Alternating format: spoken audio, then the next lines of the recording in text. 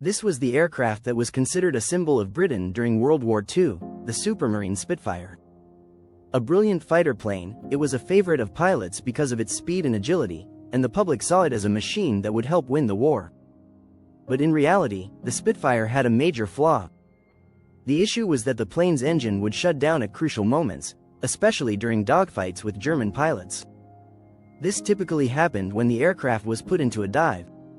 On the other hand, the German Luftwaffe's Messerschmitt Bf 109 had no such problem. Because of this, German pilots often gained the upper hand during combat. Britain barely won the Battle of Britain, and one of the main reasons it was so difficult was this engine problem in the Spitfire. If Britain was to secure a clear victory in the rest of World War II, fixing this strange problem with the Spitfire was crucial. They tried everything. Big engineering firms got involved, but no one could solve the issue. Finally, a solution came, and surprisingly, it came from someone no one expected, a woman named Beatrice, Shilling. What did she do that made her a hero of the Allied war effort? Welcome back to another Jam TV video. The problem with the Rolls-Royce Merlin engine in the Spitfire first emerged in 1938. Initially, it wasn't considered serious, as pilots didn't often dive before World War II. But by 1940, when the Battle of Britain was at its peak, it became a matter of life and death. An even bigger concern was that, before World War II, the British government had already produced over 20,000 Spitfires, all of which had the same Rolls-Royce Merlin engine and the same issue. The seriousness of the problem became clearer when it was realized that the Royal Air Force's other fighters, like the Hawker Hurricane and Boulton-Paul Defiant, also used the same engine. With World War II heating up and the Allies' most important fighters all having defective engines, they were at a major disadvantage. In 1940, Germany was fighting against Britain and France. When German pilots flew into Allied territory with their Messerschmitt Bf 109s, the RAF would send Spitfires to intercept them. To dodge enemy fire, pilots performed advanced maneuvers, like sudden dives or quick climbs. These were common tactics in World War II. Planes could fight for hours like this. Sometimes they would dive to avoid bullets, other times they would quickly nose up to line up for a shot. Now imagine what it meant if a plane's engine shut down during such a dogfight.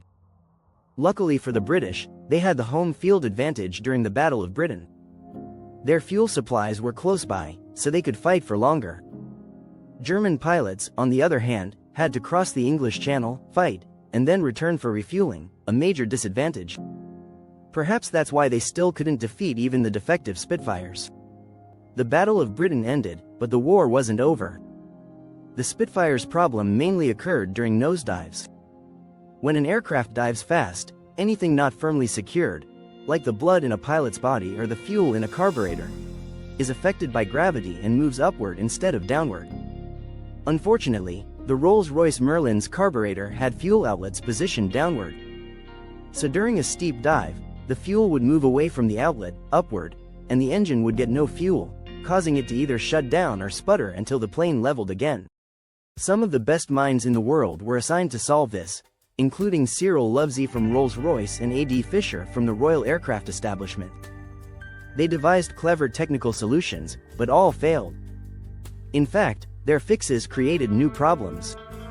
Solving this required deep knowledge of how an engine works. That's why it was astonishing that the final and best solution came from a woman, Beatrice, Shilling, in 1940. Back in 1938, during the test flights for the first Spitfires, Tilly had already been working on engines. She rebuilt and tested her favorite machine, a 490cc Norton motorcycle. This was the same bike on which she became the fastest woman on the Brooklands racetrack. She was a phenomenal racer, but an even better engineer. Tilly had loved motorcycles since childhood. Around 1919, when she was just 10, she saw her sisters going on cycle trips while she was left behind. So she decided to save up for a motorcycle. By age 14, she bought a 2-stroke Royal Enfield. Gradually, she learned to fix issues herself, eventually dismantling and rebuilding the entire bike. At 15, she decided engineering was her true calling. But this was 1924, and society did not support women becoming engineers. With the help of the Women's Engineering Society, She got admitted to the Victoria University of Manchester's Electrical Engineering Department in 1929, the first woman to ever do so. She later studied thermodynamics and mechanical engineering, which were her true passions. She was not only an engineer but also the only woman racing alongside men at Brooklands, all thanks to the modifications she made to her motorcycle's carburetor, which greatly boosted its pickup. Though she didn't know it at the time, her skills would one day solve the Spitfire's biggest problem.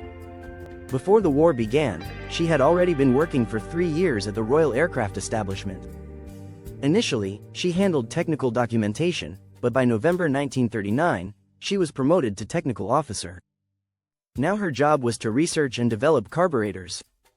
When Rolls-Royce engineers failed to fix the Spitfire's issue, Shilling requested permission to try. At first, everyone underestimated her because she was a woman. But to their surprise, she solved the issue in just a few days.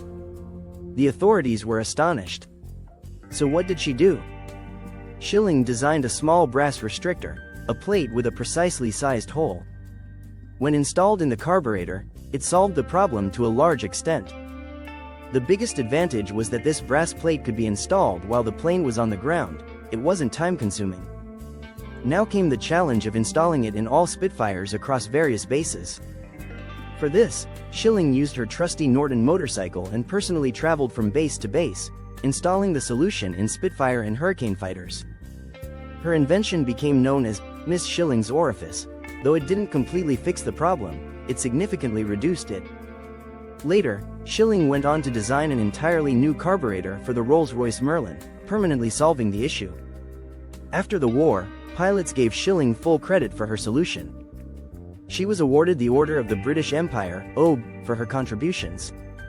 Instead of leaving engineering after the war, she worked on new, advanced military projects.